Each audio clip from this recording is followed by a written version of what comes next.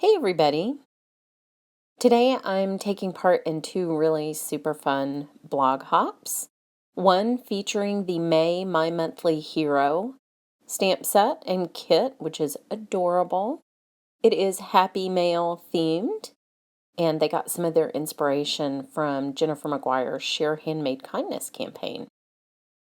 Now I have a piece of cardstock set up in my MISTI here, and you can see that I've given myself a little 1/2 inch cardstock bumper on the right side. And that's because I want this airmail stripe element to go off both edges of my card. So if I add a little bumper on the right side of my MISTI, that means I can line the stamp up across the card, so it's going off both edges. But then I also have still a hard corner to put my cardstock into, and I can make sure it's precisely placed every time. So I really find that the use of bumpers makes a huge difference. Then I put a piece of my quilting guide down on top of that to get this little skinny stamp lined up perfectly straight.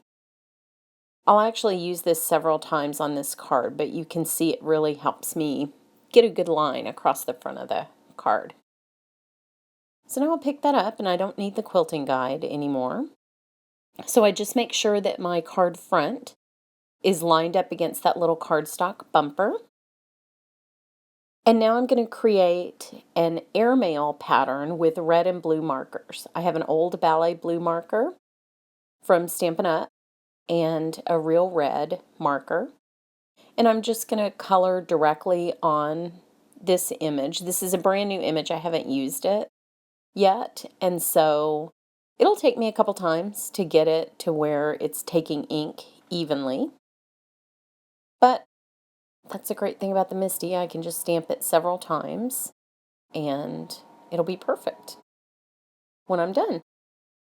So you'll see me just making sure that my cardstock isn't moving, isn't getting pulled. If it gets pulled away a little bit by the stamp, I can just slide it up next to that piece of paper and it's in exactly the right place.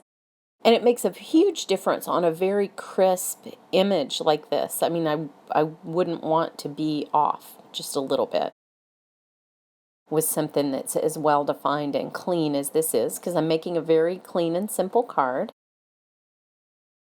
Now I'm coming back with the blue. I love this color blue. I wish this wasn't a retired color.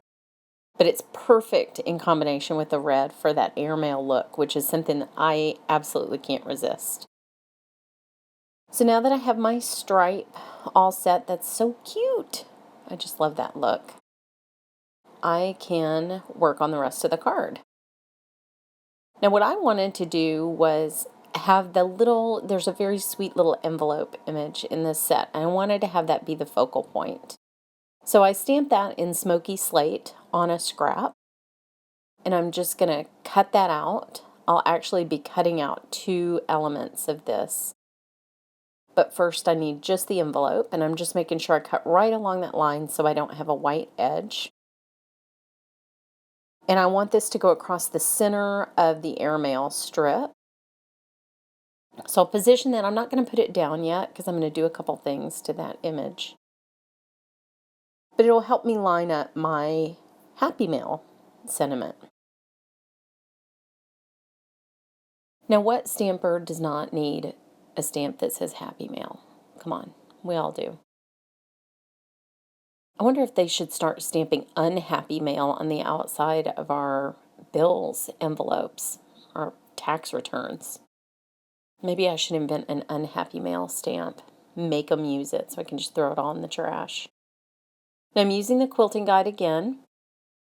This is an important image to get straight as well, especially since I worked so hard getting the line straight. I don't want this one to be wonky. And I'm using the Hero black ink that comes in the My Monthly Hero kit. This is a great archival black, by the way. And I'm just going to stamp this a few times. The mail sentiment is so solid that I want to make sure that I get that all the way filled in. So I'll stamp that 3 times with the MISTI. And I love that you can still preserve the very thin, delicate lines on the happy even by overstamping a couple times. Overstamping is pretty much my favorite. So now position the envelope back there, and I'm going to make a little scene where the tiny heart from the set is sort of flying out of the envelope, and I'll make an open flap for the envelope, but I'll get these extra heart images that are coming out stamped a couple of times first. And I'm going to do these in red, real red to match the marker.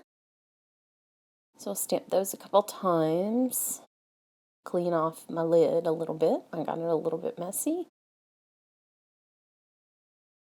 And you can see I have a little bit of washi tape on my magnet.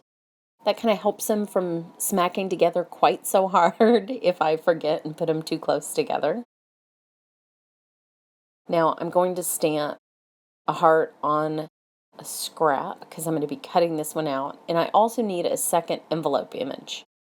So I will put the envelope back on there, and again I'll stamp it in smoky slate because I need it to match my original envelope.